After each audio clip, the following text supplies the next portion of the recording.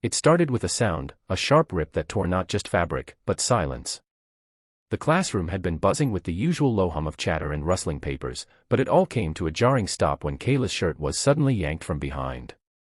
The tearing echoed louder than any shout. Laughter followed. Cruel, echoing laughter.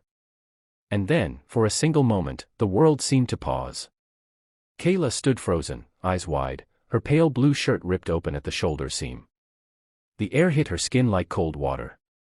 Her face flushed deep red, not from embarrassment, but from something else. Something old and deep. Something she'd buried. The class had always known her as the quiet girl. The one who sat at the back. The one who never raised her hand. The one with the haunted eyes and silent mouth. But that day, something inside Kayla snapped. It hadn't always been like this for her. Before she moved to this school, she had a life, friends, a routine, a place where she was known. But after her father died suddenly 2 years ago, everything changed. Her mother, now juggling 2 jobs, decided they needed a fresh start. A new town. A new school. But starting over wasn't easy, especially when you were the kind of girl who didn't talk much, who wore old clothes, who didn't know how to laugh at the same jokes everyone else did. The bullying began subtly. Whispers when she passed. Shoving her books off her desk when the teacher wasn't looking.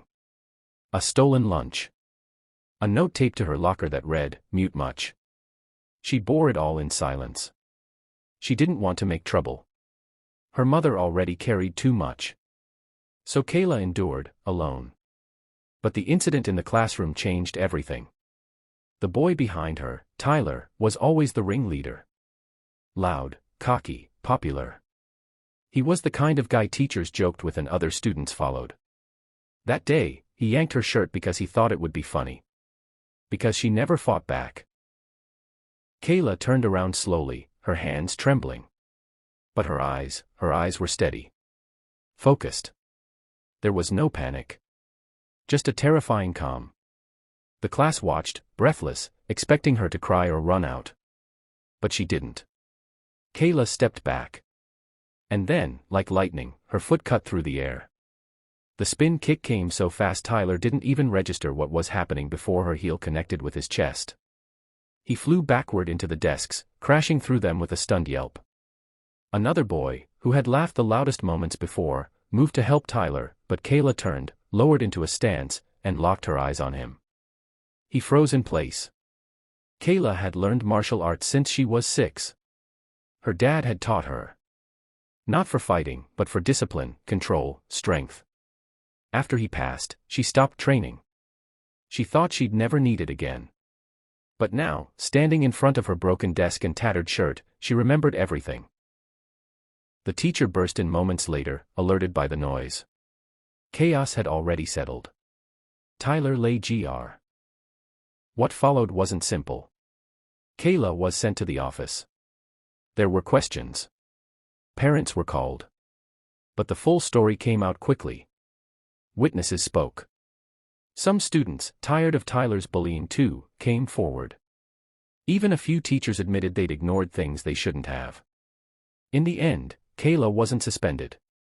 In fact, she was quietly praised by more than one adult behind closed doors. Tyler, however, wasn't so lucky. But the real change wasn't in the office. It was in the hallways. The next day, Kayla walked into school wearing a new shirt. Her posture was straight. Her eyes were bright. And the whispers had changed. Some students smiled. Some nodded in greeting. One girl asked if she could sit with her at lunch. Kayla didn't become the most popular girl overnight. She didn't want that.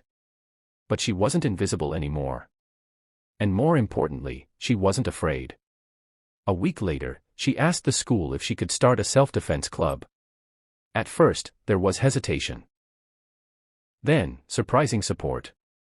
Soon, she had students signing up, boys and girls. Some who had been bullied. Some who just wanted to feel stronger. And every time she taught a kick, or a block, or a way to stand tall, she thought of her dad. Of what he taught her. And she knew he'd be proud. Because it wasn't the kick that changed everything. It was the choice. The choice to stop hiding. To fight, not with fists, but with confidence. With power. With voice. And that's what Kayla became, a voice for those who thought they had none. A quiet girl who found her roar. By the end of the school year, no one remembered her as the girl who sat in the back. They remembered her as the girl who stood up. Message. The strongest people are not always the loudest, they're the ones who choose not to break even when the world pushes them to the edge. And when they finally speak, they do more than fight back, they inspire others to rise.